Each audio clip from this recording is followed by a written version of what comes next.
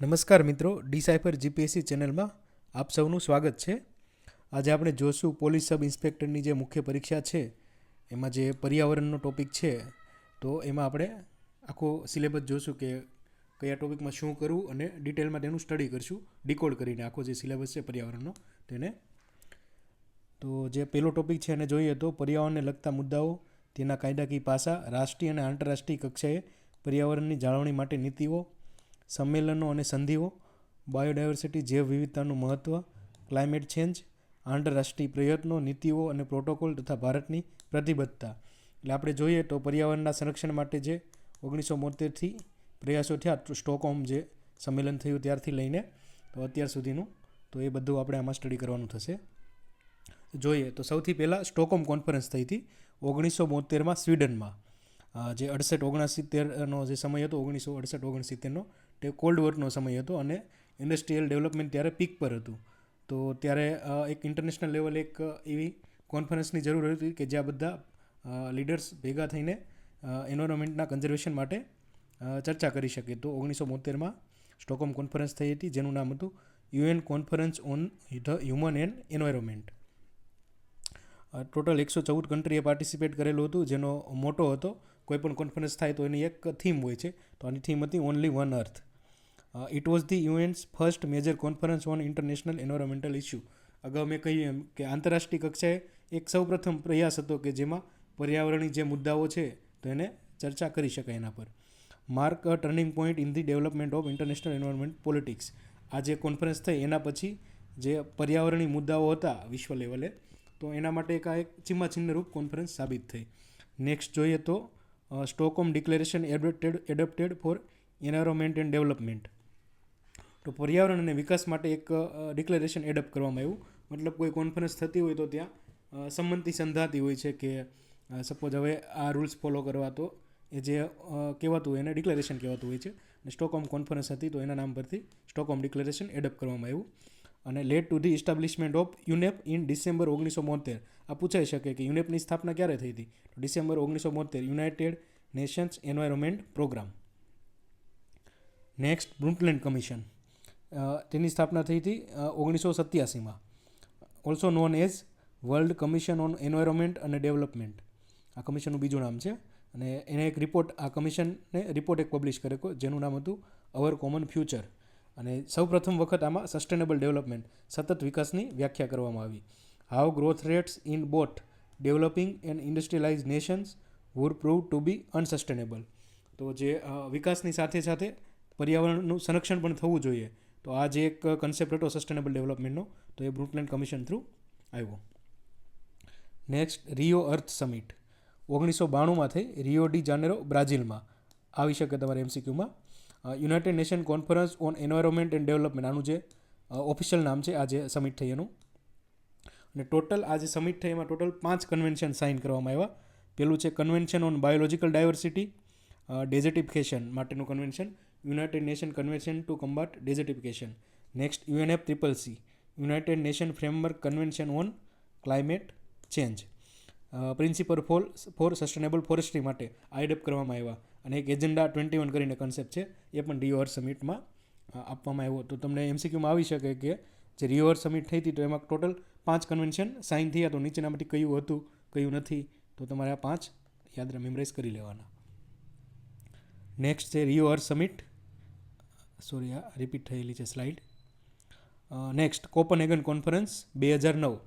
UNFCCCની 15મી મિટિંગ હતી, conference of પાર્ટીની, ડેનમાર્કમાં. કોપનહેગન છે ડેનમાર્કમાં આવેલું છે. અને આમાં એક નોન બાઇન્ડિંગ એગ્રીમેન્ટ સાઇન થયો. જે બેઝિક બ્લોક છે, બેઝિક બ્લોકમાં કયા કયા કન્ટ્રી આવે? બ્રાઝિલ, સાઉથ આફ્રિકા, ઇન્ડિયા અને ચાઇના અને US કેમ up with a political agreement. This agreement is known as the Copenhagen Accord. Voluntary agreement હતો, બાઇન્ડિંગ નહોતો. અહીંયા આપણે જોયું તે રીતે. ગ્લોબલ વોર્મિંગનો ટાર્ગેટ ડિસાઇડ કરવામાં આવ્યો કે જે 1850થી 1900 સુધીનું જે પ્રી ઇન્ડસ્ટ્રીયલ લેવલ હતું જે ટેમ્પરેચરનું, તો એનાથી જે વૈશ્વિક તાપમાન છે એ બિલોથી 2 ડિગ્રી સેલ્સિયસ રાખવાનું. Develop countries would provide financial assistant to developing countries. જે વિકસિત દેશો છે એ વિકાસશીલ દેશોને નાણાકીય સહાય પૂરી પાડશે, જે રિન્યુએબલ એનર્જીના પ્રોજેક્ટ્સ હોય તેના માટે, કે પછી કાર્બન ઉત્સર્જન ઘટાડી શકાય તેવા પ્રોજેક્ટને પ્રોત્સાહિત કરવા માટે. અને સ્થાપના થઈ આમાં REDD+ની, reducing emissions from deforestation and forest degradation. એટલે જે નિર્વનીકરણ થતું હોય તો એના લીધે એમાંથી કાર્બનનું એમિશન થતું હોય તો એના ઘટાડવા માટે આ એક કન્સેપ્ટ આવ્યો REDD+. અને ક્રિએશન આના ગ્રીન ક્લાઇમેટ ફંડના ક્રિએશન એટલે બનાવવા માટે જસ્ટ આમાં ચર્ચા થઈ. આપણે આગળ જોશું કે આગળની જે કોન્ફરન્સ થાય તેમાં તેની સ્થાપના થતી હોય છે ગ્રીન ક્લાઇમેટ ફંડની. તો આમાં આપણે જોયું REDD+ની સ્થાપના કોપનહેગન કોન્ફરન્સમાં થઈ. કેન્કન કોન્ફરન્સ 2010 મેક્સિકોમાં આવેલું છે. કોન્ફરન્સ ઓફ પાર્ટીની 16મી મિટિંગ હતી. જો આપણે આગળ પાછળ જોયું કે ગ્રીન ક્લાઇમેટ ફંડ માટે ચર્ચા થઈ હતી આ કોન્ફરન્સમાં. અહીંયા તેની સ્થાપના થઈ ગઈ ગ્રીન ક્લાઇમેટ ફંડની. તો કેન્કન કોન્ફરન્સ તમારે યાદ રાખવાનું. To provide financial assistance to developing countries for projects and policies. આપણે જોયું કે જે વિકસિત દેશો છે તો એ લોકો જે વિકાસશીલ દેશોને ફાઇનાન્શિયલ નાણાકીય સહાય પૂરી પાડશે. કેના માટે? તો જે રિન્યુએબલ એનર્જીના પ્રોજેક્ટ છે કે એવી ગ્રીન એનર્જીને પ્રોત્સાહિત કરતી પોલિસી હોય તો એને પ્રમોટ કરવા માટે. All parties to the convention including the developing countries have agreed to report their voluntary mitigation goals for implementation. એટલે જે આ કોન્ફરન્સમાં જે કન્વેન્શનમાં જે કન્ટ્રીએ પાર્ટિસિપેટ કર્યું હતું એ બધાએ સ્વતંત્ર રીતે જે આપણે ગ્લોબલ વોર્મિંગ હોય તો એને ઘટાડવા માટેના પોતપોતાના ટાર્ગેટ વોલન્ટરી રીતે પ્રોવાઈડ કર્યા. ડર્બન સમિટ 2011 કોન્ફરન્સ ઓફ પાર્ટીઝની 17મી મિટિંગ સાઉથ આફ્રિકામાં. Approved the governing instrument for GCF green climate fund. આપણે આ પાછળ જોયું અહીંયા ગ્રીન ક્લાઇમેટ ફંડની સ્થાપના થઈ. તો એને ઓપરેટ કરવા માટે કોઈ રૂલ્સ તો જોઈએ તો એનું ગવર્નિંગ ઇન્સ્ટ્રુમેન્ટ આમાં એપ્રૂવ કરવામાં આવ્યું. India's insisted on common but differentiated responsibility મતલબ CBDR. કે સપોઝ વિકસિત દેશો છે તો એણે ઓલરેડી ડેવલપમેન્ટ કરી લીધું છે અને એણે કાર્બન ઉત્સર્જન કરેલું છે. જ્યારે વિકાસશીલ દેશો છે ઇન્ડિયા, બ્રાઝિલ જેવા કે જેણે હજી એટલું બધું કાર્બન ઉત્સર્જન નથી કરેલું. તો બધાની રિસ્પોન્સિબિલિટી કોમન છે કે કાર્બન ઉત્સર્જન ઘટાડવું. બટ ડિફરન્શિએટેડ કે જે વિકસિત દેશોએ ઓલરેડી ડેવલપમેન્ટ કરેલું હતું તો એનો એ મતલબ એવો નહીં કે વિકાસશીલ દેશોએ હવે ડેવલપમેન્ટ નથી કરવાનું. Agriculture is made part of climate change. કે ક્લાઇમેટ ચેન્જ માટે એગ્રીકલ્ચર પર રિસ્પોન્સિબલ છે. એ આપણે આગળ જોશું કઈ રીતે. તો એને ક્લાઇમેટ ચેન્જનો પાર્ટ બનાવવામાં આવ્યો officially. Parties have agreed to develop a protocol another legal instrument or an agreed outcome with legal force. મતલબ કોઈ એવું ઇન્સ્ટ્રુમેન્ટ બનાવવું કે લીગલ એગ્રીમેન્ટ બનાવો કે જેના લીધે ક્લાઇમેટ ચેન્જને મિટિગેટ કરી શકાય. દોહા સમિટ 2012 કોન્ફરન્સ ઓફ પાર્ટીઝની 18મી મિટિંગ હતી કટરમાં. ક્યોટો પ્રોટોકોલ જે હતો એને એક્સટેન્ડ કરવામાં આવ્યો. સેકન્ડ કમિટમેન્ટ 2013થી 2020. Japan, Russia, Canada refuse to join the second commitment period under Kyoto Protocol. Finalise the host for green climate fund. કે એને કોણ પેલું કરશે? વર્લ્ડ બેંક કરશે કે એ રીતે. To raise climate finance of $100 billion by 2020. કે જે ડેવલપિંગ કન્ટ્રી છે એને પ્રોવાઈડ કરશે. ડેવલપ કન્ટ્રી વિકસિત દેશો વિકાસશીલ દેશોને પ્રોવાઈડ કરશે. રિન્યુએબલ એનર્જીના પ્રોજેક્ટ છે કે પછી કાર્બન ઉત્સર્જનને ઘટાડનારા પ્રોજેક્ટ છે એને પ્રમોટ કરવા માટે. બહુ જ ઇમ્પોર્ટન્ટ છે આ. પેરિસ સમિટ 2015 કોન્ફરન્સ ઓફ પાર્ટીની COP21ની જે મિટિંગ હતી 21મી ફ્રાન્સમાં. એ આ ઓલરેડી UPSCમાં પ્રિલિમ્સમાં પૂછાઈ ગયેલો ક્વેશ્ચન છે. INDC intended nationally determined contribution commitment made by major polluters. આપણે જે આગળ પ્રિન્સિપલ જોયો એ જ છે. To achieve a legally binding and universal agreement on climate to be sign in 2015 and implemented by 2020. મતલબ ક્યોટો પ્રોટોકોલ છે એનો પીરિયડ 2020માં પૂરો થઈ જશે ક્યોટો પ્રોટોકોલનું. તો એના પછી શું? તો એ ડિસાઇડ કરવા માટે આ સમિટમાં નક્કી થયું. Prior to the conference 146 national climate panels publicly presented draft national climate contribution so call intended nationally determined contribution. એટલે દરેક કન્ટ્રીએ પોતપોતાના ટાર્ગેટ આપ્યા કે અમે આ વર્ષ સુધીમાં આટલા ટકા emission ઘટાડીશું.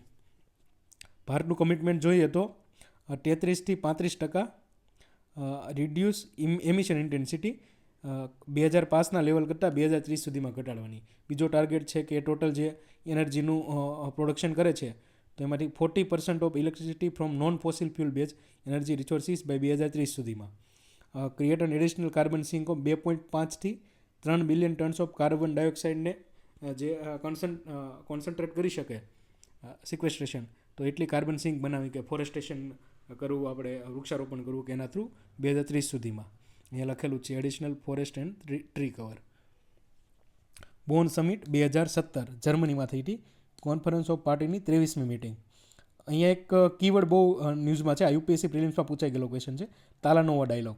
It was agreed that the next 2 climate conferences, આના પછીની 18મી અને 19મી ઇન 2018 અને 19 will have special stock taking session. Stock taking એટલે એવું કે દરેક કન્ટ્રી ડિસાઇડ કરશે કે આટલા વર્ષ સુધીમાં અમે આટલું એમિશન ઘટાડીશું. The stock take would focus on the pre-2020 action being taken by the different countries to reduce greenhouse gas emission. આપણે જોઈએ એમ કે દરેક કન્ટ્રી પોતાના ટાર્ગેટ આપશે કે અમે આ વર્ષ સુધીમાં આટલા ટકા એમિશન ઘટાડીશું. ટાલાનોવા, આપણે આ વર્ડ જોઈએ ટાલાનોવા, તો એક સ્પેસિફિક વર્ડ છે, એનો મિનિંગ થાય સ્ટોરી ટેલિંગ, કે કોઈને આપણે વાર્તા કહેવી. That leads to consensus building and decision making, કે જેનાથી તમે બધા જે સ્ટેક હોલ્ડર છે એની વચ્ચે સંમતિ સ્થાપી શકો અને યોગ્ય ડિસિઝન નિર્ણય લઈ શકો. લેટેસ્ટ જે આપણે જોઈએ તો COP25 2019માં થઈ, United Nation climate change conference. It was plan to held in Santiago Chile, but later it held in Madrid Spain between 2 થી 13 ડિસેમ્બરની વચ્ચે 2019માં. 15 meeting of the parties for the Kyoto પ્રોટોકોલની CMPની 15મી મિટિંગ હતી અને પેરિસ એગ્રીમેન્ટની બીજી મિટિંગ હતી. The prime objective of the conference is to complete the rule book to 2015નો જે પેરિસ એગ્રીમેન્ટ છે, આપણે આગળ જોયું કે ક્યોટો પ્રોટોકોલ છે એ 2020માં પૂરો થઈ જશે. તો એના પછી જે ગ્રીનહાઉસ ગેસ છે તો એનું એમિશન ઘટાડવા માટે કોઈ એવું આપણી પાસે ઇન્સ્ટ્રુમેન્ટ હોવું જોઈએ, લીગલ ફ્રેમવર્ક, તો એ પેરિસ એગ્રીમેન્ટ છે, એ 2020થી શરૂ થશે. ક્યોટો પ્રોટોકોલ ફેઝ 1 હતી 2005થી 12 અને ફેઝ 2 હતું 2013થી 20, gave the target of reducing emission by at least 80% by the industrialise country. COP28 છેલ્લી જે હમણાં થઈ છે, આ એકદમ ઇમ્પોર્ટન્ટ ક્વેશ્ચન છે તમારે, કે એક્ઝામમાં આવી શકે એમ, કે કારણ કે લેટેસ્ટ થયેલી છે. આના પછી હવે નેક્સ્ટ થશે COP29, તો એ થઈ હતી દુબઈમાં, UAE, United Nation framework convention on climate change. આમાં અમુક કન્સેપ્ટ આવ્યા, એ તમારે યાદ રાખવાના છે. એક લોસ એન્ડ ડેમેજ ફંડનો કન્સેપ્ટ આવ્યો કે જે વર્લ્ડ બેંકની અંડરમાં આવશે. આમાં એવું છે કે જે ડેવલપ કન્ટ્રી છે, વિકસિત દેશો, તો એ જે વિકાસશીલ દેશો છે એને ફંડ પ્રોવાઈડ કરશે રિન્યુએબલ એનર્જીના પ્રોજેક્ટ્સ માટે. Triple nuclear energy capacity by 2050, green credit initiative અને ગ્લોબલ કુલિંગ પ્લેજ. આ 4 વસ્તુ તમે યાદ રાખજો, એ COP28માં આવેલી છે. અને હવે એમ પૂછાય કે COP29 કઈ જગ્યાએ થશે, તો એ બાકુ કરીને સિટી છે અઝરબાઈજાનનું, ત્યાં થશે. COP28 દુબઈ UAE અને COP29 બાકુ અઝરબાઈજાન. જે રેડ પ્લસનો કોન્સેપ્ટ હતો આપણે આગળ જોઈએ, તો એમાં શું હતું કે જે ફોરેસ્ટ હોય તો ફોરેસ્ટ નિર્વનીકરણ થાય, કે ફોરેસ્ટને દૂર કરવામાં આવે, કે એની જગ્યાએ કોઈ પ્રોજેક્ટ્સ લાવવામાં આવે, બરાબર. તો એના લીધે જે કાર્બનનું એમિશન છે એ વધી જતું હોય છે. અહીંયા આપણે જોઈએ તો deforestation and forest degradation account for approximately 11% of carbon emissions. તો આ એનો કોન્સેપ્ટ છે. Reducing emission from deforestation and forest degradation is a mechanism develop by parties to the United Nations Framework Convention on Climate Change. It creates a financial value for the carbon stored in forest. મતલબ ઉદાહરણ તરીકે અહીંયા કોઈ જગ્યાએ વૃક્ષ હતા તો એમાં ઓલરેડી કાર્બન સ્ટોર થયેલો છે, જો એને તમે રિમૂવ કરી દેશો તો એ કાર્બન હવામાં ઉત્સર્જન થઈ જશે અને જેથી ગ્લોબલ વોર્મિંગ થશે. તો મતલબ એની એક ફાઇનાન્શિયલ વેલ્યુ નક્કી કરવાની, કે સપોઝ કોઈ પર્ટિક્યુલર ટ્રી છે તો કેટલો કાર્બન સ્ટોર કરે છે, તો એના આધારે એની ફાઇનાન્શિયલ વેલ્યુ નક્કી થશે. Developing countries would receive results base payment for result base action. મતલબ આપણે જોયું કે જે વિકાસશીલ દેશો છે એ વિકસિત દેશો પાસેથી નાણાકીય સહાય મેળવશે, પણ કેના બદલામાં, કે એ રિન્યુએબલ એનર્જી એને પ્રમોટ કરવા માટેના પ્રયાસો કરશે. તો આ રેડ પ્લસનો કોન્સેપ્ટ એના માટે છે. એક રેડ પ્લસ છે અને એક UN રેડ પ્રોગ્રામ છે. રેડ પ્લસ છે એ UNFCCC દ્વારા સંચાલિત થાય છે, અને રેડ પ્રોગ્રામ છે ખાલી છે એ FAO, UNDP અને UNEP, આ 3 સંસ્થા યાદ રાખવાની તમારે. FAO, UNDP અને UNEP. ઓકે, આ સેમ જ છે, આપણે આગળ જોઈએ. હવે કન્વેન્શન જોઈએ આપણે, તો united nation convention to combat desertification. જે રણીકરણ થતું હોય છે, કે રણનો વિસ્તાર વધે જતો હોય તો એને કંટ્રોલ કરવા માટેનું આ એક કન્વેન્શન છે. To combat desertification and mitigate the effects of drought and desertification. જે દુષ્કાળ અને નિર્વનીકરણ થતું હોય જે ડેઝર્ટિફિકેશન, તો એની જે ઇફેક્ટ હોય એ ઘટાડવા માટે ઇન્ટરનેશનલ લીગલી બાઇન્ડિંગ છે. એનું સેક્રેટરીએટ બોન જર્મનીમાં આવેલું છે. 1994માં એડપ્ટ કરવામાં આવ્યું ને 1996માં એને રેટિફાઈ કરવામાં આવ્યું. બીજું કન્વેન્શન છે કન્વેન્શન ઓન બાયોલોજિકલ ડાયવર્સિટી. તો આપણે આગળ જોયું હતું કે રિયો અર્થ સમિટ થઈ હતી 1992માં, તેમાં ટોટલ 5 કન્વેન્શન એડપ્ટ કરવામાં આવ્યા હતા. તેમાંનો એક છે brain child of united nation environment programme, યુનેપની અંડર આવે છે. અને આનો મુખ્ય હેતુ છે કે જે જૈવ વિવિધતા હોય તેનું સંરક્ષણ કરવું. નેક્સ્ટ છે રામસર કન્વેન્શન 1971. રામસર સિટી છે ઈરાનમાં આવેલું છે. ત્યાં કોન્ફરન્સ થઈ હતી જેના નામ ઉપરથી, રામસર સિટીના નામ ઉપરથી રામસર કન્વેન્શન નામ આપવામાં આવેલું છે. કન્ઝર્વેશન ઓફ વેટલેન્ડ્સ, આ જે વેટલેન્ડ હોય છે એના કન્ઝર્વેશન માટે. Wetlands are one of the most threaten of all ecosystem, કે જેના પર ઓલરેડી થ્રેટન છે એનું સ્ટેટસ. વેટલેન્ડ્સ ઓફ ગુજરાત, જો આપણે ગુજરાતની જોઈએ રામસર વેટલેન્ડ્સ, તો એ grand Rann wild life sanctuary છે, નળ સરોવર છે, મરીન નેશનલ પાર્ક છે. આ ખાલી વેટલેન્ડ છે અને રામસર વેટલેન્ડ અલગ હોય છે અને એક સારી રન કન્ઝર્વેશન રિઝર્વ છે. આ ઉદાહરણ છે તેના. વર્લ્ડ વેટલેન્ડ્સ ડે 2 ફેબ્રુઆરીના રોજ ઉજવવામાં આવે છે. જો આપણે 2023ની થીમ જોઈએ તો it's time for wetland restoration, આ થીમ તમારે યાદ રાખવાની છે. અને આ વર્ષના 2 ફેબ્રુઆરી 2024ના વર્લ્ડ વેટલેન્ડ્સ ડેની થીમ જોઈએ તો વેટલેન્ડ્સ એન્ડ હ્યુમન વેલબિંગ, આ એક થીમ તમારે યાદ રાખવાની. The Ramsar list of wetlands of international importance. The keystone of the Ramsar Convention to develop and maintain an international network of wetlands. આ જે ઇન્ટરનેશનલ લેવલે જે ઇમ્પોર્ટન્ટ વેટલેન્ડ્સ હોય તો એને કન્ઝર્વ કરવા માટેનું એક ઇન્સ્ટ્રુમેન્ટ છે. ધ મોન્ટ્રિક્સ રેકોર્ડ, આ રામસર કન્વેન્શનની અંડરમાં આવે. Maintain as part of the Ramsar list where changes in ecological character are occurring or are likely to occur as a result of technological developments, pollution or human interference. મતલબ કોઈ એવી wetland છે કે જેના પર કોઈ એવું ડેવલપમેન્ટ થઈ રહ્યું છે ટેકનોલોજીકલ, જેનો એનો દુષ્પ્રભાવ પડી રહ્યો છે એના ઉપર, કે પ્રદૂષણ થઈ રહ્યું છે હ્યુમન એક્ટિવિટીઝના લીધે, તો એને મોન્ટ્રિક્સ રેકોર્ડમાં એડ કરવામાં આવે છે. બરાબર. આ અત્યાર સુધીમાં ભારતમાં 2 અત્યારે હાલમાં એડ છે મોન્ટ્રિક્સ રેકોર્ડમાં. એક લોકટક લેક છે મણિપુરનું અને કેવલાદેવ નેશનલ પાર્ક છે એ રાજસ્થાનનો. અને હાલમાં આપણે જોઈએ કે ઇન્ડિયામાં કેટલી ટોટલ વેટલેન્ડ છે, રામસર વેટલેન્ડ્સ. ખાલી વેટલેન્ડ તો બહુ બધી છે, પણ જે રામસર કન્વેન્શનની અંડર લિસ્ટ થયેલી હોય એવી કેટલી છે તો 80. આ તમારે યાદ રાખવાનું છે અને આ 2 યાદ રાખવાની છે. બોન કન્વેન્શન, બોન છે જર્મનીનું સિટી છે, 1983માં થયેલું. આ કન્વેન્શનનો હેતુ છે convention on the conservation of migratory species of wild animals. એટલે જે આપણે યાયાવર પક્ષીઓ હોય છે એક કન્ટ્રીમાંથી બીજા કન્ટ્રીમાં જતા હોય છે, તો એના કન્ઝર્વેશન માટેનું આ કન્વેન્શન છે. For the conservation of migratory species of wild animals બી આવી જાય એમાં. And also to conserve terrestrial species and marine species. Terrestrial એટલે જે જમીન પર થતી હોય, અને મરીન એટલે જે ઓશિયાનિક ઇકોસિસ્ટમ હોય, જે મરીન ઇકોસિસ્ટમ, તેમાં through out the range was the objective of this convention, એના કન્ઝર્વેશન માટે. જોઈ શકો છો તમે અહીંયા ટર્ટલ છે. વિયેના કન્વેન્શન 1988માં થયેલું. વિયેના એક ઓસ્ટ્રિયાનું સિટી છે. અને આ જે કન્વેન્શન હતું તેનો હેતુ શું હતો? પ્રોટેક્શન ઓફ ઓઝોન લેયર, જે સ્ટ્રેટોસ્ફિયર, જે આપણે સમતાપ આવરણ કહીએ તેમાં જે ઓઝોન લેયર આવેલું હોય છે, તો એના કન્ઝર્વેશન માટે. તો શું કામ? કે જે ઓઝોન ડિપ્લેટિંગ સબસ્ટાન્સીસ હોય, મતલબ કે જે એવા ગેસીસ કે જેના લીધે ઓઝોન લેયર છે એમાં ક્ષય થતો હોય. ઉદાહરણ તરીકે ક્લોરોફ્લુરોકાર્બન છે કે જેનો રેફ્રિજરન્ટમાં યુઝ થતો હોય, તો એના માત્રા વધી જાય તો ઓઝોન હોલ જે એન્ટાર્કટિકા છે એ રિજન ઉપર જનરલી ડેવલપ થતું હોય છે. તો એના સંરક્ષણ માટે વિયેના કન્વેન્શન થયું હતું અને એના પ્રોડક્ટ તરીકે મોન્ટ્રિયલ પ્રોટોકોલ આવેલો. મોન્ટ્રિયલ પ્રોટોકોલ 1987થી 1988ના સમયમાં આવેલો. On substances that deplete ozone layer, જે પદાર્થો ઓઝોન લેયરનું ક્ષય કરે છે તેને અટકાવવા માટે.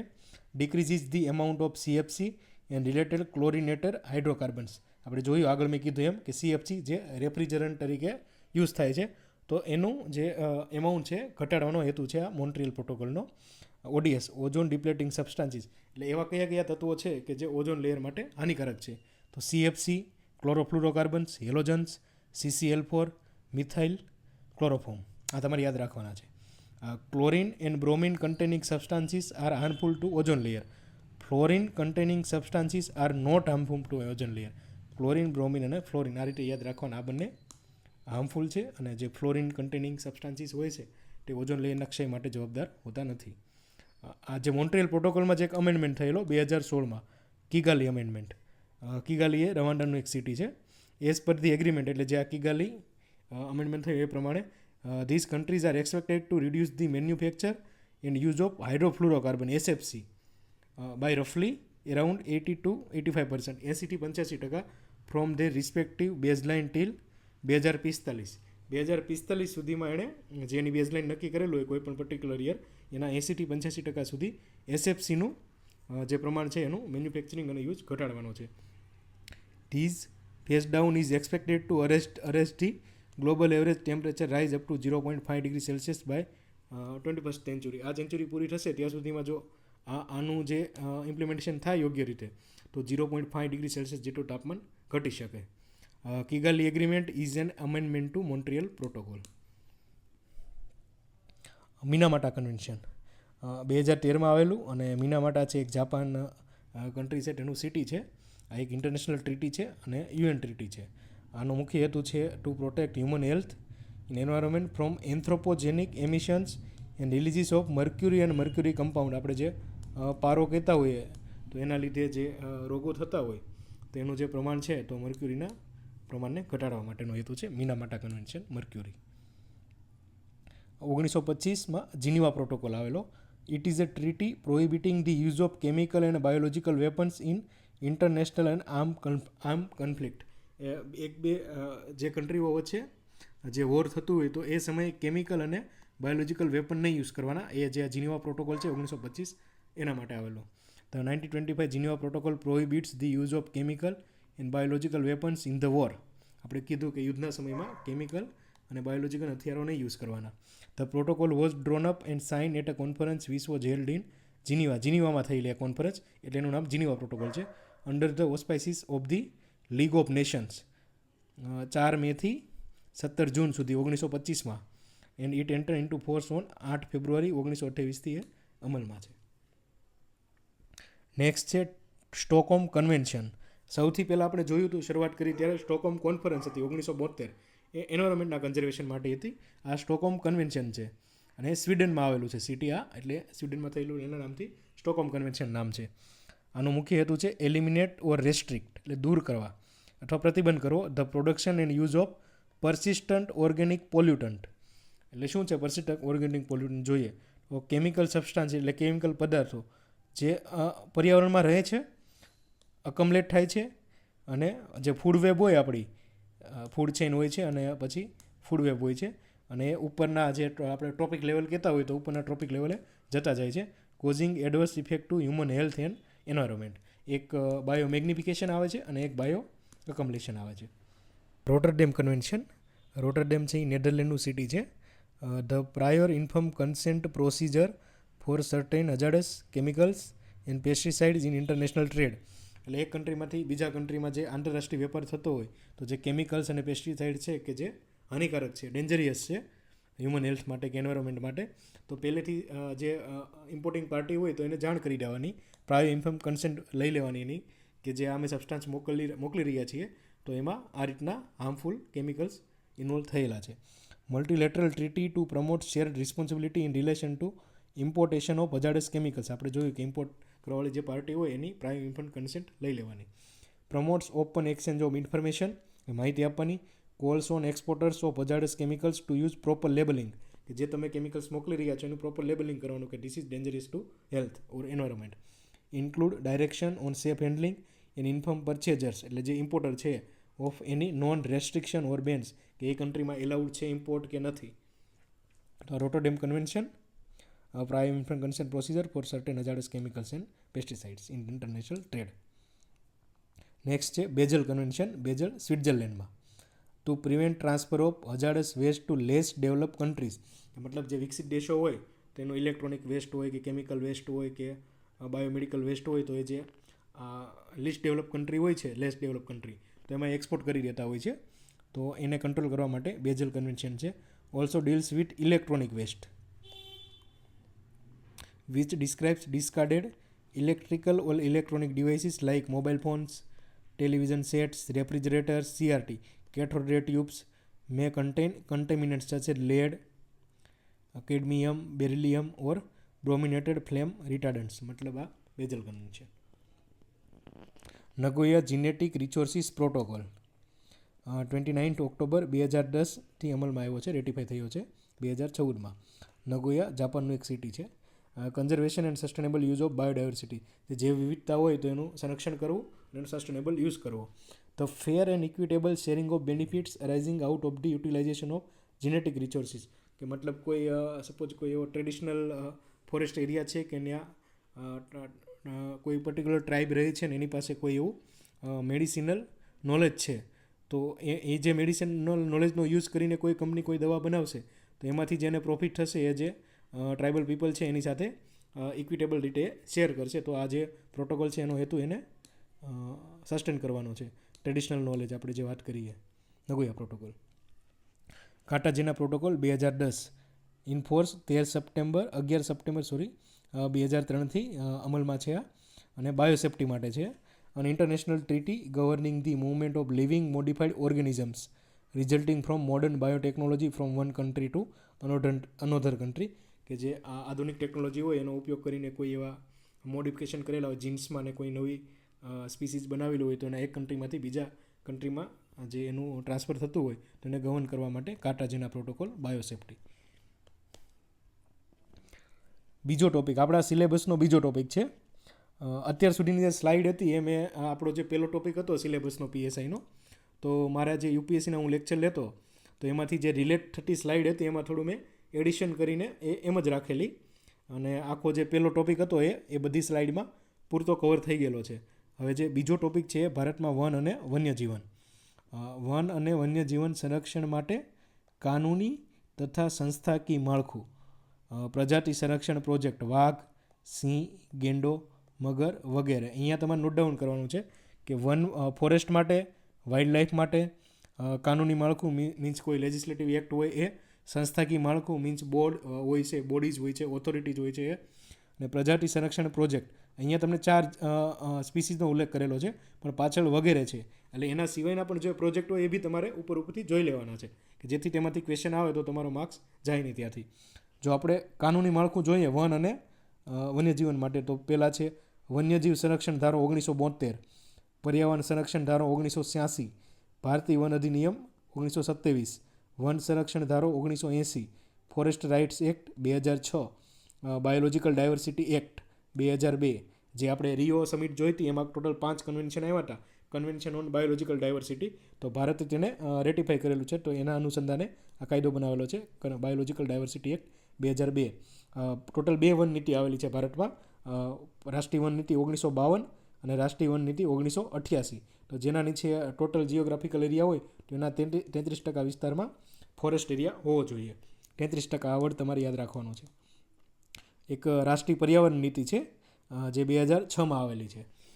પછી આપણે જોઈએ તો અહીંયા આ ટોપિક છે પ્રજાતિ સંરક્ષણ પ્રોજેક્ટ, તો project tiger, project lion, project રાઇનો, જે કાજીરંગા નેશનલ પાર્ક છે તો એમાં એની પોપ્યુલેશન વધારે છે.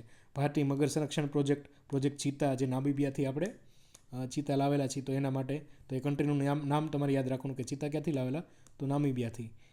પ્રોજેક્ટ ડોલ્ફિન, તો આ બધી સ્પીસીસના પ્રોજેક્ટ છે યાદ રાખવાના, અને આનું તમારે IUCN સ્ટેટસ જોઈ લેવાના છે આ બધાના. પછી આ લાઇનની છેલ્લી સેન્સસ થઈ તો એ પ્રમાણે ટોટલ સેન્સસ કેટલી છે, પછી એનું જે એન્ડેન્જર સ્ટેટસ હતું તો લાઇનની છેલ્લી સેન્સસ થઈ વસ્તી ગણતરી, તો એમાં એના સંખ્યા વધી ગઈ તો જેનું સ્ટેટસ એન્ડેન્જર હતું તો અપગ્રેડ કરીને હવે એને વલ્નરેબલ કરી નાખવામાં આવ્યું છે કારણ કે એની સંખ્યા વધી ગઈ છે. એ જ રીતે તમારે આ બધાના સ્ટેટસ જોઈ લેવાના છે.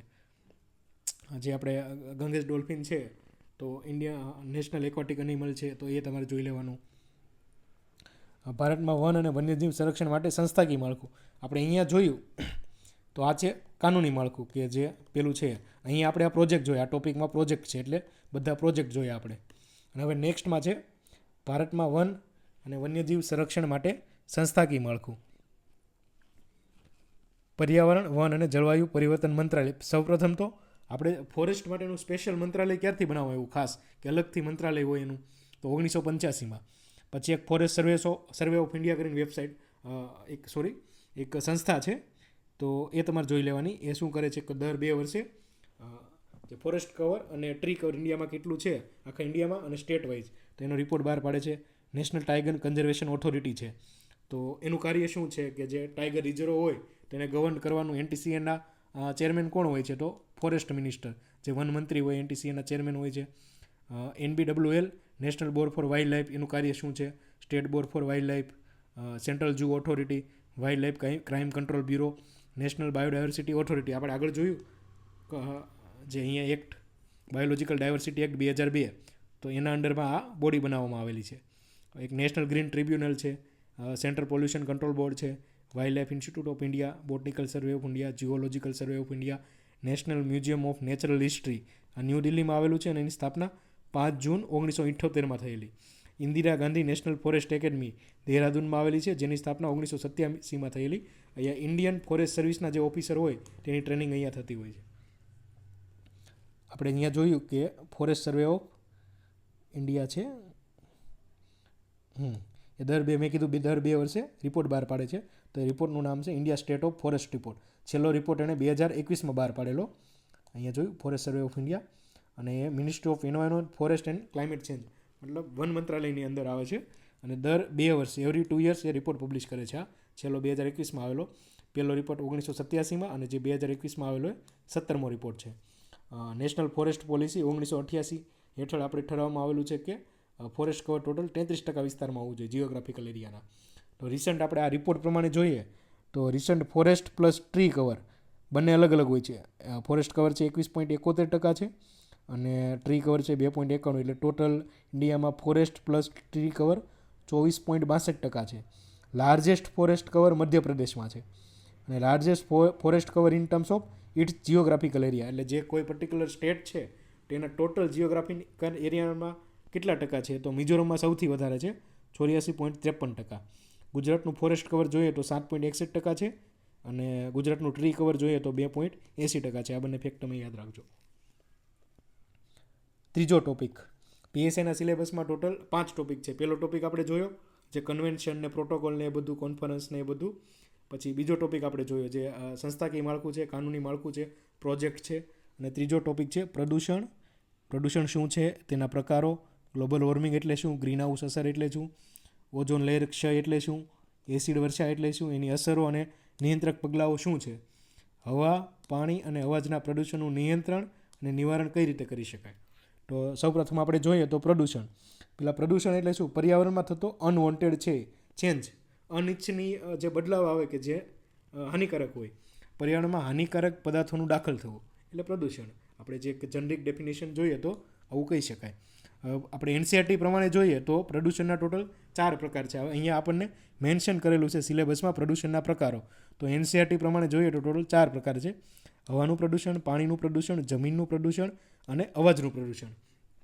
તો હવાનું પ્રદૂષણ જોઈએ તો પ્રદૂષકો. પહેલાં તો પ્રદૂષણ તો આપણે જોયું, પણ જે પ્રદૂષણ ફેલાવે એને પ્રદૂષકો કહેવાય અને એના સ્ત્રોત હોય છે કે ત્યાંથી પ્રદૂષણ થાય છે. તો હવાનું પ્રદૂષણ છે તો SO2, SO3, nitrogen oxide, carbon monoxide, hydrocarbon, ammonia, લેડથી થાય છે. અને એના સ્ત્રોત કયા છે તો કોલસો, પેટ્રોલ અને ડીઝલના દહનથી અને ઇન્ડસ્ટ્રીયલ પ્રોસેસીસ હોય તો એમાંથી આ જે વાયુઓ છે એ આવતા હોય છે. પછી છે પાણીનું પ્રદૂષણ. પાણીનું પ્રદૂષણ કરવા માટે એમોનિયા, યુરિયા, નાઇટ્રેટ, ફ્લોરાઇડ, પારો અને જંતુનાશકો છે, એના પ્રદૂષકો છે. આના સ્ત્રોત કયા છે, ગટરના પાણીનો નિકાલ, ઇન્ડસ્ટ્રીયલ વેસ્ટ વોટર, જે ટ્રીટ કર્યા વગરનું સુએજ ટ્રીટમેન્ટ પ્લાન્ટમાં પેલું કર્યા વગર તમે જો એનો રિવરમાં ડિસ્ચાર્જ કરી દો તો એનાથી પાણીનું પ્રદૂષણ થાય. ન્યુક્લિયર પાવર પ્લાન્ટ્સના જે વેસ્ટેજ હોય તો એનાથી પણ એ પાણીનું પ્રદૂષણ થતું હોય છે. જમીનનું પ્રદૂષણ તો કચરો, ગાર્બેજ, ખાતર, જે ફર્ટિલાઇઝર્સ હોય એ, જંતુનાશકો, પેસ્ટિસાઇડને એ, તો એનાથી જમીનનું પ્રદૂષણ થાય છે અને એના સ્ત્રોત છે વિવિધ જંતુનાશકો અને ખાતરો. અવાજનું પ્રદૂષણ, લાઉડ સ્પીકર અને સ્ત્રોત છે એના એરક્રાફ્ટ, ઓટોમોબાઈલ જે વાહનો હોય છે, વ્હીકલ્સ છે, ટ્રેન, પબ્લિક એડ્રેસ સિસ્ટમમાં જે લાઉડ સ્પીકર્સ હોય છે જાહેરમાં, એનાથી અવાજનું પ્રદૂષણ થતું હોય છે. તો આ પ્રમાણે કુલ પ્રદૂષણના 4 પ્રકારો જોઈએ આપણે. હવે સેકન્ડ ટોપિક છે, જુઓ અહીંયા ગ્લોબલ વોર્મિંગ અને ગ્રીન હાઉસ અસર. આ આપણે કરી નાખ્યું. હવે આ જોઈએ, આપણે આખો syllabus word to word decode કરેલો છે અને કમ્પ્લીટ કરેલો છે. ગ્રીન હાઉસ અસર અને ગ્લોબલ વોર્મિંગ, બરાબર. તો સૌથી પહેલાં આપણે જોઈએ ગ્રીન હાઉસ અસર એટલે શું. તો પૃથ્વીના વાતાવરણમાં રહેલા વિવિધ ગ્રીન હાઉસ ગેસીસ જેવા કે carbon dioxide, methane, chlorofluorocarbons, ozone, nitrous oxide વગેરે પૃથ્વીની સપાટી પરથી પરત થતા ઇન્ફ્રારેડ રેડિયેશનને એટલે કે હીટને શોષી લે છે, જેથી પૃથ્વીની સપાટી પરનું તાપમાન વધવા લાગે છે. તો એને ગ્રીન હાઉસ અસર કહેવાય. હવે આપણે જોઈએ કઈ રીતે. સપોઝ અહીંયા સન છે તો એમાંથી લોંગ વેવ રેડિયેશન આવશે, બરાબર. અહીંયા બધું પૃથ્વી પર નહીં આવે, અમુક તો વાતાવરણ એને રિફ્લેક્ટ કરી દેશે. Solar radiation powers the climate system. Some solar radiation is reflected by the earth and the atmosphere. એ પાછું જતું રહે છે. જે પૃથ્વીની સપાટી પર આવેલું જે રેડિયેશન છે એ જ્યારે રિટર્ન થશે તો પૃથ્વીના જે વાતાવરણમાં રહેલા વાયુઓ છે, જે ગ્રીન હાઉસ ગેસીસ, જે carbon dioxide, methane, chlorofluorocarbons, ozone, nitrous oxide, તો એ આને શોષી લેશે, કે જેથી શું થશે કે બહાર નહીં જવા દે વાતાવરણની એને. એટલી પૃથ્વીની જે સપાટીનું ઓવરઓલ તાપમાન છે એ વધશે, અને એને જ ગ્રીન હાઉસ ગેસ આપણે કહેતા હોઈએ છીએ, ગ્રીન હાઉસ અસર. ગ્લોબલ વોર્મિંગ એટલે શું? ગ્લોબલ વોર્મિંગ એટલે વિવિધ માનવ પ્રવૃત્તિઓના કારણે ઉત્સર્જન થતા ગ્રીન હાઉસ ગેસીસ, જે અહીંયા છે, થી પૃથ્વીની સપાટીના સરેરાશ તાપમાનમાં લાંબા ગાળે થતો વધારો. હવે આપણે અહીંયા જોયું કે આ ગ્રીન હાઉસ અસર છે. તમારે જો આનું ઉદાહરણ જોવું હોય ને તો આપણે જો કાર હોય, તમે કારને તમે જ્યારે તડકો હોય, તાપ, ત્યારે તમે પાર્ક કરેલી હોય તો તમે જશો 1 કલાક કે 2 કલાક પછી, તો અંદરનું તાપમાન તમને વધારે લાગશે. કારણ કે કેવું થશે કે જે સૂર્યમાંથી આવતા જે કિરણો હશે એને જે એક આખું જે કાર છે ને તમે એક આખું માધ્યમ મીડિયમ માની લો, એક ઇકોસિસ્ટમ. તો એ લોંગ વેવ જે રેડિયેશન હશે, બરાબર, તો એમાંથી પછી અમુક રિફ્લેક્ટ થઈ ગયા છે, અને અંદર જે આવી ગયા છે એ પછી શોર્ટ વેવ ઇન્ફ્રારેડ હશે, એ બહાર નહીં જઈ શકે. એટલે એથી કારની જે અંદરનું તાપમાન હોય એ વધી જતું હોય છે. તો એ તમે તેને ગ્રીન હાઉસ અસરનું એક ઉદાહરણ માની શકો. ને એ રીતે આખી એક પૃથ્વીને ઇમેજિન કરો કે જે ગ્રીન હાઉસ ગેસીસ છે, જે ઇન્ફ્રારેડ શોર્ટ વેવ રેડિયેશન હોય એને શોષી લે અને આખી પૃથ્વીની સપાટીનું તાપમાન વધી જાય, તો એને ગ્લોબલ વોર્મિંગ કહેવાય. આજ અમે એક ગ્રાફથી તમને સમજાવવાની કોશિશ કરેલી છે કે સપોઝ અહીંયા તમે આ પૃથ્વીની સપાટી છે, આ સન છે, એમાંથી લોંગ વેવ રેડિયેશન આવે છે, સૂર્યના કિરણો. તો અમુક તો વાતાવરણમાંથી પાછા રિફ્લેક્ટ થઈ જશે, પણ જે પૃથ્વીની સપાટી પર આવશે તેમાંથી પછી પાછા રિફ્લેક્ટ થશે પૃથ્વીની સપાટી પરથી. અને જ્યારે એ વાતાવરણમાંથી બહાર જવાની કોશિશ કરશે, શોર્ટ વેવ રેડિયેશન, ઇન્ફ્રારેડ, તો વાતાવરણમાં જે કાર્બન ડાયોક્સાઇડ, ક્લોરોફ્લોરોકાર્બન, મિથેન, આ જે ગ્રીન હાઉસ ગેસીસ છે એને શોષી લેશે અને વાતાવરણની બહાર નહીં જવા દે, કે જેથી જે આ પૃથ્વીની સપાટી છે એનું તાપમાન વધી જશે, અને જેને આપણે ગ્રીન હાઉસ અસર અને ગ્લોબલ વોર્મિંગ કહેતા હોઈએ છીએ. નેક્સ્ટ ટોપિક છે ઓઝોન લેયર ક્ષય. ઓઝોન લેયર ડિપ્લેશન કહેવાય ને ઇંગ્લિશમાં. તો ઓઝોન લેયર છે એ સમતાપ આવરણમાં આવેલું એક લેયર છે ઓઝોન વાયુનું, અને એને ઇંગ્લિશમાં ટ્રોપોસ્ફિયર કહેવાય. સ્ટ્રેટોસ્ફિયર કહેવાય. પહેલાં ટ્રોપોસ્ફિયર આવશે અને પછી સ્ટ્રેટોસ્ફિયર આવે. જે ઓઝોન લેયર છે સ્ટ્રેટોસ્ફિયરમાં આવેલું છે. હવે ઓઝોન 2 ટાઈપના હોય. જો સ્ટ્રેટોસ્ફિયરમાં હોય તો આપણે એને ગુડ ઓઝોન કહીશું, પણ જો પૃથ્વીની સપાટીની નજીક હોય વાતાવરણમાં તો એને બેડ ઓઝોન કહેવાય, ટ્રોપોસ્ફિયરમાં હોય. કારણ કે શું, તો જે ઓઝોન છે એ ગ્રીન હાઉસ ગેસ તરીકે કાર્ય કરશે, અને જે પૃથ્વીની સપાટી પરથી જે રિફ્લેક્ટ થતા શોર્ટ વેવ રેડિયેશન છે, જે ઇન્ફ્રારેડ, એનું એ શોષણ કરી લેશે, અને એના કારણે પૃથ્વીની સપાટીનું તાપમાન વધી જશે, કે જેના લીધે ગ્લોબલ વોર્મિંગ થશે. તો એ બેડ ઓઝોન કહેવાશે. હવે અહીંયા જો ગ્રાફથી આપણે સમજવાની કોશિશ કરીએ તો આ સૂર્ય છે, તો એમાંથી જે યુવીએ, યુવીબી, યુવીસી 3 ટાઈપના અલ્ટ્રાવાયોલેટ કિરણો હોય એ પૃથ્વીની સપાટી પર આવશે, પણ જે આ ઓઝોન લેયર છે તો એને નહીં આવે, એને શોષી લેશે, કે જેથી શું આપણે જે પૃથ્વી પરની જીવસૃષ્ટિ છે એનું રક્ષણ થશે આ કિરણોથી. પણ થશે કેવું કે જ્યારે આ ક્લોરોફ્લોરોકાર્બન કે એ ટાઈપના રેફ્રિજરન્ટ હોય તેનો યુઝ અત્યારે વધારે થતો હોય છે એઝ એ રેફ્રિજરન્ટ, તો એનું પ્રમાણ જ્યારે વધી જાય તો એ વાતાવરણના જે બીજા જે વાયુઓ છે, ક્લોરિન ને કાર્બન ને, એની સાથે પેલું કરશે કેમિકલ પ્રોસેસ, અને જેના લીધે શું થશે કે જે ઓઝોન લેયર છે એમાં ડિપ્લેશન થશે, એનો ક્ષય થશે, તો જેથી આ કિરણો પાછા પૃથ્વીની સપાટી પર આવી જશે. આ જે ઓઝોન લેયર છે એનું કાર્ય શું છે? ઓઝોન લેયર સૂર્યમાંથી આવતા હાનિકારક પારજાંબલી કિરણોનું શોષણ કરીને પૃથ્વી પરની જીવસૃષ્ટિને થતું નુકસાન અટકાવે છે. ઓઝોન લેયરની જે થિકનેસ હોય, જો આપણે માપવી હોય તો એ ડોપ્સન યુનિટ્સમાં મપાય છે. આ તમે યાદ રાખજો. ક્લોરોફ્લોરોકાર્બન્સના લીધે ઓઝોન લેયરનું ડિપ્લેશન થાય છે. કે એનું ક્ષય કેના લીધે થાય છે? તો ક્લોરોફ્લોરોકાર્બન. એ શું છે? તો ક્લોરોફ્લોરોકાર્બન છે એ રેફ્રિજરન્ટ છે, રેફ્રિજરેશન કુલિંગ સિસ્ટમમાં વપરાય છે. મોટાભાગનું ઓઝોન લેયર ક્ષય એન્ટાર્કટિકા રિજન ઉપર થયેલ છે. આ જે એન્ટાર્કટિકાનો રિજન છે એના ઉપર થયેલ છે. યુવીબી અને UVC absorb by the ozone layer. Ozone layer છે યુવીબી અને યુવીસીનું ટોટલી એબ્ઝોર્બેશન, જે એબ્ઝોર્બશન છે એ શોષણ કરી લે છે. જો આ ઓઝોન લેયર, આ જે પારજાંબલી કિરણો છે એ જો પૃથ્વી પર આવી જાય તો શું નુકસાન થાય?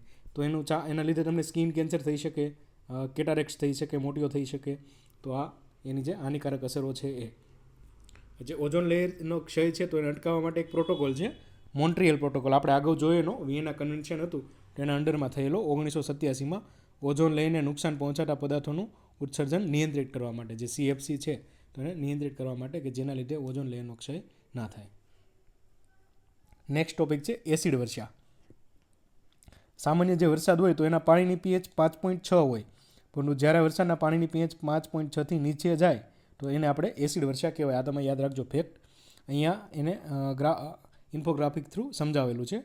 તો એનું કારણ શું છે એસિડ વર્ષાનું, કે વિવિધ માનવ પ્રવૃત્તિઓ હોય તો એના માધ્યમથી જે હ્યુમન એક્ટિવિટીઝ થતી હોય, ઇન્ડસ્ટ્રીયલ કે કોઈ પણ, તો જે વાતાવરણમાં ઉત્સર્જિત થતો સલ્ફર હોય એ અને નાઇટ્રોજનના ઓક્સાઇડ, સલ્ફર અને નાઇટ્રોજનના ઓક્સાઇડના લીધે જે આ એસિડ વર્ષા હોય એ એના માટે રિસ્પોન્સિબલ છે. ઉદાહરણ તરીકે આપણે જોઈએ તો વાહનોમાં જે ફોસિલ ફ્યુલનું દહન થતું હોય, કે પેટ્રોલ છે, ડીઝલ છે, પછી થર્મલ પાવર પ્લાન્ટ છે, તો એમાં કોલસો અને ઓઇલનું દહન થતું હોય, તો એના લીધે સલ્ફર અને નાઇટ્રોજનના ઓક્સાઇડ વાતાવરણમાં મુક્ત થતા હોય.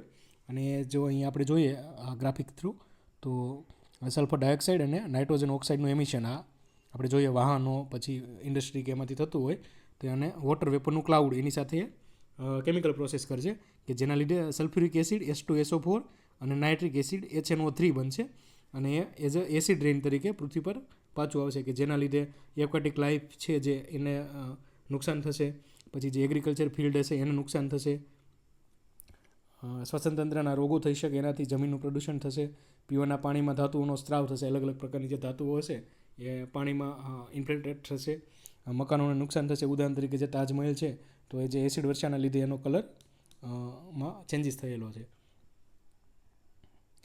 નેક્સ્ટ ટોપિક છે હવા, પાણી અને અવાજના પ્રદૂષણનું નિયંત્રણ. સૌપ્રથમ આપણે જોઈએ હવાનું પ્રદૂષણ. જ્યારે હવા હાનિકારક પદાર્થો દ્વારા દૂષિત બને છે અને તે સજીવ તથા નિર્જીવ બંનેને નુકસાન કરે છે, ત્યારે તેને હવાનું પ્રદૂષણ કહેવાય. પ્રદૂષકો એટલે પોલ્યુટન્ટ્સ, કે હવાના પ્રદૂષણ માટે કયા પોલ્યુટન્ટ્સ જવાબદાર છે. જંગલોમાં લાગતી આગ તથા જ્વાળામુખીઓના પ્રસ્ફુટનથી ઉત્પન્ન થતી ધૂળ એટલે ડસ્ટ અને ધુમાડો, સ્મોક, ફેક્ટરીઓ, પાવર પ્લાન્ટ, ઓટોમોબાઈલ, લાકડાના દહનથી ઉત્પન્ન થતા જે વાયુઓ છે, વાહનોમાં પેટ્રોલ અને ડીઝલના જે ફોસિલ ફ્યુલ છે એના દહનથી ઉત્પન્ન થતા વાયુઓ. નિવારણ માટે શું કરી શકાય, તો ક્લીનર ફ્યુલનો ઉપયોગ કરી શકાય, જેવા કે CNG છે, compress natural gas, liquefied petroleum gas, vehicle છે, ફોરેસ્ટેશન કરી શકાય, વૃક્ષારોપણ. આપણે લીગલ બેકિંગ માટે શું પ્રયાસો થયા છે, તો એક કાયદો બનાવવામાં આવેલો છે, air prevention and control of pollution act 1981, અને એના નીચે એક બોડીની સ્થાપના કરવામાં આવેલી છે, કેન્દ્રીય પ્રદૂષણ નિયંત્રણ board, central pollution control board CPCB, જે એક સ્ટેચ્યુટરી બોડી છે. આટલું તમારે યાદ રાખવાનું છે. એક એર ક્વોલિટી ઇન્ડેક્સ છે, જે સ્વચ્છ ભારત અભિયાન છે એ 2014માં ત્યારે ઇન્ડેક્સ એના અંડરમાં લોન્ચ કરવામાં આવેલો છે, જેનો હેતુ છે 1 નંબર 1 કલર 1 ડિસ્ક્રિપ્શન. એની અલગ અલગ કેટેગરી હોય, કે તમે કોઈ મોટા સિટીમાં જોશો તો તમને ખ્યાલ આવશે કોર્પોરેશન એરિયામાં કે મોટી સ્ક્રીન મૂકેલી હોય, ત્યાં એર ક્વોલિટી ઇન્ડેક્સ બતાવેલો હોય કે આજનો સિટીનો ઇન્ડેક્સ આટલો છે, સેટિસ્ફેક્ટરી છે કે નુકસાનકારક છે, એ રીતે. For the common man to જજ the air quality within his vicinity, તેની આસપાસના વિસ્તારમાં air quality is declare in 6 category, total 6 કેટેગરીમાં. અને કેના અંડરમાં આવે છે, મિનિસ્ટ્રી ઓફ એન્વાયરમેન્ટ, ફોરેસ્ટ અને ક્લાઇમેટ ચેન્જ, વન મંત્રાલયના અંડરમાં આવે છે, અને સેન્ટ્રલ પોલ્યુશન કંટ્રોલ બોર્ડ એ હેન્ડલ કરે છે. એક્યુઆઈમાં ટોટલ 8 પોલ્યુટન્ટ છે, આ તમારે યાદ રાખવાના છે, કે પૂછી શકે કે કયા છે કયા નથી. તો PM10 particulate matter 10, PM2.5 NO2, SO2, CO, O3, NS3, PB એટલે લેડ. આ ટોટલ 8 પોલ્યુટન્ટ એક્યુઆઈમાં સમાવેશ થાય છે. નેક્સ્ટ ટોપિક છે પાણીનું પ્રદૂષણ. જ્યારે પાણી હાનિકારક પદાર્થો જેવા કે ગટરનું પાણી, સુએજ જે વેસ્ટ હોય એ, ઝેરી રસાયણો વગેરે દ્વારા દૂષિત બને છે અને તે પીવાલાયક રહેતું નથી, તેને પાણીનું પ્રદૂષણ કહેવાય. અને પ્રદૂષકો જેનાથી પાણી પ્રદૂષિત થાય, તો ગટરનું પાણી છે, ઉદ્યોગોનું પ્રદૂષિત પાણી જે ટ્રીટમેન્ટ કર્યા વગર છોડી દેવામાં આવે નદીઓમાં, ફર્ટિલાઇઝરનો યુઝ થતો હોય ખેતરમાં અને પછી એ વરસાદના પાણી માટે નદીમાં જતું હોય, પછી જંતુનાશક દવાઓ, તો આ બધાના એના પ્રદૂષકો કહેવાય પાણીના. અને નિવારણ માટે શું કરી શકાય, ગટર તથા ઉદ્યોગોના પ્રદૂષિત પાણીને ટ્રીટમેન્ટ કરીને છોડવું જોઈએ. સુએજ ટ્રીટમેન્ટ પ્લાન્ટ છે કે એફ્લુએન્ટ ટ્રીટમેન્ટ પ્લાન્ટ છે એના થ્રુ. અને એના માટે કાયદાકીય પ્રયાસો શું થયેલા છે પાણીના પ્રદૂષણને અટકાવવા માટે, તો water prevention in control of pollution act 1974 અને CPCB આના નીચે સ્થાપના થયેલી છે, અને એ સ્ટેચ્યુટરી બોડી છે. આપણે આગળ જોયો એ 1981 એક્ટ હતો એર માટે, એર પોલ્યુશન માટે. 1974નો એક્ટ છે એ વોટર પોલ્યુશન માટે છે. નેક્સ્ટ છે અવાજનું પ્રદૂષણ. અહીંયા ત્રીજો ટોપિક છે, આપણે હવાનું પ્રદૂષણ જોયું, પાણીનું પ્રદૂષણ જોયું, હવે અવાજનું પ્રદૂષણ નિયંત્રણ અને નિવારણ. પર્યાવરણમાં અતિશય તીવ્ર અને અનિચ્છનીય અવાજોની હાજરીને અવાજનું પ્રદૂષણ કહેવાય, કે જે અનવોન્ટેબલ સાઉન્ડ હોય કે જે તમને સાંભળવો ના ગમે. તો એના પ્રદૂષકો કયા, તો ફેક્ટરીઓની જે મશીનરીઓ હોય એ, બાંધકામ પ્રવૃત્તિઓમાંથી થતો અવાજ, એરક્રાફ્ટ, ઓટોમોબાઈલનો અવાજ, લાઉડ સ્પીકરનો અવાજ. નિવારણ માટે એરક્રાફ્ટના એન્જિનમાં કે ઘરેલું ઉપકરણોમાં, વાહનોમાં, મશીનોમાં સાયલેન્સિંગ ઉપકરણો લગાવવા જોઈએ કે જેનાથી પ્રદૂષણની માત્રા ઓછી થાય. આપણે કાયદાકીય પ્રયાસો શું છે, તો noise pollution regulation and control rules 2000. આ લીગલ બેન્કિંગ છે, અવાજનું જે પ્રદૂષણ છે એને નિયંત્રિત કરવા માટેનું. એક એન્વાયરમેન્ટ પ્રોટેક્શન એક્ટ છે 1986, કેન્દ્રીય પ્રદૂષણ નિયંત્રણ બોર્ડ છે, સ્ટેચ્યુટરી બોડી, એ પણ આના માટે કાર્ય કરે છે. અવાજનું પ્રદૂષણ ડેસિબલમાં મપાય છે, આ એક યાદ રાખજો. આપણે આગળ એક જોયું હતું કે જે ઓઝોન લેયર છે તો એની થિકનેસ શેનાથી મપાય, ડોપ્સન યુનિટમાં. એ જ રીતે અવાજનું પ્રદૂષણ ડેસિબલ્સમાં મપાય છે. આ એક ક્વેશ્ચન પૂછાઈ ગયેલો છે ક્લાસ 1-2ની એક્ઝામમાં, કે જે વ્હીકલ હોય આપણે વાહનો, તો એના જે હોર્ન હોય છે તો એની નોઇઝ રેન્જ આઈડિયલ કેટલી છે, તો 93થી 112 ડેસિબલ. આ યાદ રાખજો, 93થી 112 ડેસિબલ. આ ક્લાસ 1-2માં પ્રિલિમ્સમાં ઓલરેડી પૂછાયેલો ક્વેશ્ચન છે. હવે આપણે જોઈએ જે noise pollution regulation and control rules 2000, તો એમાં અલગ અલગ વિસ્તાર માટે કેટલું નોઇઝ આઈડિયલ નોઇઝ છે લેવલ એ બતાવવામાં આવેલું છે. તો આમાં જોઈએ તો ઇન્ડસ્ટ્રીયલ એરિયા હોય તેમાં ડે ટાઈમ હોય તો એમાં 75 ડેસિબલ, જો નાઇટ ટાઈમ હોય તો 70 ડેસિબલ. કોમર્શિયલ એરિયા હોય તો ડે ટાઈમમાં 65 ડેસિબલ, નાઇટ ટાઈમમાં 55 ડેસિબલ. રેસિડેન્શિયલ એરિયા કે જ્યાં રહેણાંક વિસ્તાર છે તો ડે ટાઈમમાં 55 ડેસિબલ, નાઇટ ટાઈમમાં 45 ડેસિબલ. સાયલન્ટ ઝોન છે તો એમાં જે હોસ્પિટલ્સ કે આ તે વિસ્તાર હોય, સ્કૂલ કે, તો એમાં દિવસના દરમિયાન 50 ડેસિબલ 50, અને નાઇટ ટાઈમમાં 40 ડેસિબલ છે. હવે ડે ટાઈમ એટલે સવારના 6થી રાત્રિના 10 સુધી, અને નાઇટ ટાઈમ એટલે રાત્રિના 10થી સવારના 6 સુધી. અહીંયા જો સાયલન્ટ ઝોનની ડેફિનેશન આપેલી છે. Silent zone is defined as an area comprising not less than 100 metres around hospitals, educational institution, જેમ મેં કીધું સ્કૂલ્સ અને કોર્ટ્સ.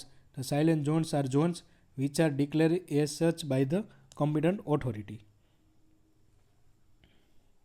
ચોથો ટોપિક, આપણે 3 ટોપિક કરી નાખ્યા, હવે આ ચોથો ટોપિક છે પર્યાવરણીય આપતીઓ. પ્રદૂષણ ઓલરેડી કવર થઈ ગયું, આ બીજી વખત અહીંયા આપેલું છે. કાર્બન ઉત્સર્જન, જે ગ્લોબલ વોર્મિંગ અને ગ્રીન હાઉસ અસરવાળો જે ટોપિક કર્યો એમાં આપણે કવર કરેલું છે. વૈશ્વિક ગરમી એટલે તાપ વૃદ્ધિ, ગ્લોબલ વોર્મિંગ. આ પાછું રિપીટેશન અહીંયા આપેલું છે બધા ટોપિકનું. પછી આ એક ટોપિક નવો છે, ક્લાઇમેટ ચેન્જ અને આપતી વ્યવસ્થાપન બાબતે નેશનલ એક્શન પ્લાન. બરાબર, તો એક પ્લાન છે આખો, national action plan on climate change, 2008માં લોન્ચ કરવામાં આવેલો, અને એ prime ministers council on climate change એણે લોન્ચ કરેલો. અને એમાં ટોટલ 8 મિશન છે. 8 મિશન તમારે યાદ રાખવાના છે, કોણે લોન્ચ કર્યો એ યાદ રાખવાનું, અને ક્યારે લોન્ચ કર્યો, 2008માં. National solar mission, national mission for enhance energy efficiency, national mission for sustainable habitat, national water mission, national mission for sustaining the Himalayan ecosystem, national mission for a green India, આ જે forest cover છે એ વધારવા માટેનું છે, national mission for sustainable agriculture, national mission for strategic knowledge on climate change. આ total 8 mission છે, એ તમારે યાદ રાખવાના છે. 5મો ટોપિક, આ ચોથો ટોપિક છે, એમાં આ જે બધું છે ને ઓલરેડી કવર થઈ ગયેલું છે, એટલે આ ટોપિકમાં કવર નથી કરેલું. આ એક જ ખાલી પોઈન્ટ નવો છે, તો એમાં આટલું છે, બાકી કંઈ કશું નથી આમાં. 5મો ટોપિક છે રાષ્ટ્રીય ઉદ્યાનો અને અભયારણ્યો. હવે આપણે જોઈએ તો ભારતમાં કુલ રાષ્ટ્રીય ઉદ્યાનો કેટલા છે, 106. આ એનવીસ પોર્ટલ છે, આપણે જે વન મંત્રાલય છે એનું ઓફિશિયલ પોર્ટલ છે, એના પ્રમાણે મેં ચેક કર્યું તો છેલ્લે 106 છે. અને કુલ વન્યજીવ અભયારણ્યો જે વાઇલ્ડ લાઇફ સેન્ચ્યુરી કહેતા હોઈએ એ 567 છે એનવીસ પોર્ટલ પ્રમાણે. અને ગુજરાતમાં કુલ રાષ્ટ્રીય ઉદ્યાનો 4, જે આપણી વેબસાઇટ છે ફોરેસ્ટ ડિપાર્ટમેન્ટની એ પ્રમાણે. અને ગુજરાતમાં કુલ વન્યજીવ અભયારણ્યો 23 છે. આમાં અલગ અલગ હોઈ શકે વેરિએશન, અહીંયા +2 25 જેવું, પણ ઓફિશિયલી આપણે જોઈએ જે ministry of environment, forest and climate ચેન્જની વેબસાઇટ અને ગુજરાતના ફોરેસ્ટ ડિપાર્ટમેન્ટની વેબસાઇટ, તેમાં કુલ વન્યજીવ અભયારણ્યો 23 બતાવેલા છે. રાજ્ય સરકાર રાષ્ટ્રીય ઉદ્યાનનું નોટિફિકેશન બહાર પાડે છે, આ એક યાદ રાખજો ફેક્ટ. બંનેમાં આપણે તફાવત જોઈએ કે રાષ્ટ્રીય ઉદ્યાન અને વન્યજીવ અભયારણ્યમાં શું તફાવત છે. અભયારણ્યની સરખામણીમાં જે રાષ્ટ્રીય ઉદ્યાન હોય એમાં નિયંત્રણ વધારે હોય છે. રાષ્ટ્રીય ઉદ્યાનની સરખામણીમાં અહીંયા ઓછું નિયંત્રણ હોય છે. અહીંયા વન્યજીવોનું રક્ષણ હોય છે, અહીંયા વન્યજીવો પ્લસ જે પ્લાન્ટ સ્પીસીઝ હોય તેનું પણ રક્ષણ કરવામાં આવે છે. બંને વાઇલ્ડ લાઇફ પ્રોટેક્શન એક્ટ 1972 હેઠળ જાહેર કરવામાં આવે છે, નોટિફિકેશન બહાર પાડીને. અહીંયા ગ્રેઝિંગ, હન્ટિંગ, ફોરેસ્ટ્રી સંપૂર્ણ રીતે પ્રતિબંધિત છે. અહીંયા તમે મર્યાદિત હદ સુધી એલાઉડ છે વન્યજીવ અભયારણ્યમાં. અહીંયા જે બાઉન્ડ્રી હોય છે રાષ્ટ્રીય ઉદ્યાનની એ કાયદા દ્વારા પ્રસ્થાપિત થયેલી હોય છે, એકદમ ડિમાર્કેટ કરેલી હોય છે, જ્યારે અહીંયા એવું ક્લિયરલી ડિમાર્કેશન હોતું નથી વન્યજીવ અભયારણ્યમાં. જે રાષ્ટ્રીય ઉદ્યાન છે એ કેટેગરી 2 સંરક્ષિત વિસ્તાર છે, જ્યારે વન્યજીવ અભયારણ્ય છે એ કેટેગરી 4 સંરક્ષિત વિસ્તાર છે. વન્યજીવ અભયારણ્યને ડાઉનગ્રેડ ના કરી શકાય, કે સપોઝ તમે અત્યારે કોઈ નેશનલ પાર્ક છે તો એને પછી પાછો વાઇલ્ડ લાઇફ સેન્ચુરીમાં ડાઉનગ્રેડ ના કરી શકાય, પરંતુ જે વન્યજીવ અભયારણ્ય હોય તો એને તમે વાઇલ્ડ લાઇફ સેન્ચુરીમાંથી રાષ્ટ્રીય ઉદ્યાનમાં અપગ્રેડ કરી શકો. અહીંયા ટુરિઝમ અલાઉડ છે અને અહીંયા પણ ટુરિઝમ અલાઉડ છે. આ બંનેનો આપણે તફાવત જોઈએ, રાષ્ટ્રીય ઉદ્યાન અને વન્યજીવ અભયારણ્ય. ગુજરાતના કુલ રાષ્ટ્રીય ઉદ્યાનો, આ જે ટોપિક છે ને 5મો રાષ્ટ્રીય ઉદ્યાન અભયારણ્ય, આમાં મેક્સિમમ ક્વેશ્ચન ગુજરાતમાંથી આવવાની શક્યતા રહે, એટલે એ તમારે ખાસ જોઈ લેવાના. જો આપણે અહીંયા જોઈએ તો ગુજરાતમાં ટોટલ 4 રાષ્ટ્રીય ઉદ્યાનો છે. પહેલું છે ગીર નેશનલ પાર્ક, 1965માં જાહેર કરવામાં આવેલો, અને એના જિલ્લાઓ સાસણગીર, જૂનાગઢ, અમરેલી. અને એના પ્રાણીઓ જોઈએ તો સિંહ, દીપડો, ચિત્તલ, સોસિંગા. એનો વિસ્તાર ચોરસ કિલોમીટરમાં જોઈએ તો 1153.42. પછી બ્લેક બક નેશનલ પાર્ક, જેને કાળિયાર નેશનલ પાર્ક બી આપણે કહેતા હોઈએ છીએ, અને 1976માં નેશનલ પાર્ક જાહેર કરેલો, એ વેળાવદરમાં આવેલો છે ભાવનગરમાં. તેના પ્રાણીઓ જોઈએ તો કાળિયાર, વરુ, હેરિયર, લેસર ફ્લોરિકન જોવા મળે છે. એનો વિસ્તાર છે એ 34.08 ચોરસ કિલોમીટર છે. પછી છે વાંસદા નેશનલ પાર્ક, 1979માં જાહેર કરેલ, નવસારી જિલ્લામાં આવેલો છે, વાંસદા તાલુકામાં. એમાં પ્રાણીઓ જોઈએ તો દીપડો, હાઈના, ચિત્તલ જોવા મળે છે, અને તેનો જે વિસ્તાર છે એ 23.99 ચોરસ કિલોમીટર છે. પછી જોઈએ તો મરીન નેશનલ પાર્ક છે, 1980માં જાહેર કરેલા. એમાં કચ્છ અને જામનગરના ગલ્ફ વિસ્તારમાં છે, ને ત્યાં જો પ્રાણીઓ આપણે જોઈએ તો sea horse, octopus, oyster, dugong, starfish, lobster જોવા મળે છે. તેનો જે વિસ્તાર છે એ 295.03 સ્ક્વેર કિલોમીટર છે. અહીંયા તમને એવું પૂછી શકે કે સૌથી વધારે એરિયા ધરાવતો નેશનલ પાર્ક કયો છે, તો ગીર નેશનલ પાર્ક, ને સૌથી ઓછો તો વાંસદા નેશનલ પાર્ક. આ તમારે યાદ રાખવાનું. અને વર્ષનું તમને જોડકું બી પૂછી શકે કે કયા વર્ષમાં ક્યારે નેશનલ પાર્ક કેને જાહેર કરવામાં આવેલો, તો આ તમારે યાદ રાખી લેવાનું છે. અને એના જિલ્લાઓ અને પ્રાણીઓ અને વિસ્તાર ગુજરાતમાં ટોટલ 4 છે. ગુજરાતના વન્યજીવ અભયારણ્યો 23 મેં કીધું એમ વેબસાઇટ પ્રમાણે, તો 23 છે આ ગીર વન્યજીવ અભયારણ્ય છે, નળ સરોવર છે, હિંગોળગઢ પ્રકૃતિ શિક્ષણ અભયારણ્ય છે, ખીજડીયા, ગાગા, શુલપાણેશ્વર, બાલારામ અંબાજી રીસ અભયારણ્ય છે, કચ્છ કુડખર અભયારણ્ય છે, ગિરનાર છે, જેછોર દરિયાઈ અભયારણ્ય છે, રતનમહલ રીંછ અભયારણ્ય છે, રામપરા વન્યજીવ અભયારણ્ય, પોરબંદર પક્ષી અભયારણ્ય, જાંબુઘોડા વન્યજીવ અભયારણ્ય, મિતિયાળા વન્યજીવ અભયારણ્ય અમરેલીમાં આવેલું છે, ઘુડખર છે, કચ્છ બરડો વન્યજીવ અભયારણ્ય, નારાયણ સરોવર અભયારણ્ય છે, લખપત કચ્છમાં આવેલું છે, કચ્છ ડેઝર્ટ અભયારણ્ય છે, થોળ પક્ષી અભયારણ્ય છે, મહેસાણામાં આવેલું છે, પાણીયા વન્યજીવ અભયારણ્ય અમરેલીમાં આવેલું છે, પૂર્ણા વન્યજીવ અભયારણ્ય ડાંગ જિલ્લામાં આવેલું છે, હરણ અને વાંદરા જોવા મળે છે. આપણે આ રીતે આખો PSIના સિલેબસમાં જે પર્યાવરણનો ટોપિક છે એ આખો ટોપિક આપણે ભણ્યા, સ્ટડી કર્યો આખો, ડિકોડ કરીને એક્ઝેક્ટલી. અને મેં મારી 7 વર્ષની જે અનુભવ છે આ વિષય ભણાવવાનો, એન્વાયરમેન્ટ ઇકોલોજી UPSCની અલગ અલગ બેચીસમાં, જેના આધારે મેક્સિમમ ટ્રાય કરી છે કે દરેક ટોપિકમાં મેક્સિમમ કન્ટેન્ટ કવર થઈ જાય, જે તમારા એક્ઝામ માટે પૂરતું છે. અમુક ફેક્ટ છે કે જે મને લાગે છે તમારે યાદ રાખવા જોઈએ. 5 જૂન 2024 હમણાં જે વિશ્વ પર્યાવરણ દિવસની ઉજવણી થઈ, તેની થીમ શું હતી? Our land our future we are generation restoration. Next છે મિશન લાઈફ, આનું ફૂલ ફોર્મ જોઈ લેજો, લાઈફસ્ટાઈલ ફોર એન્વાયરમેન્ટ. આ રીતે આપણે PSIના સિલેબસમાં જે પર્યાવરણનો ટોપિક છે એ જોયો.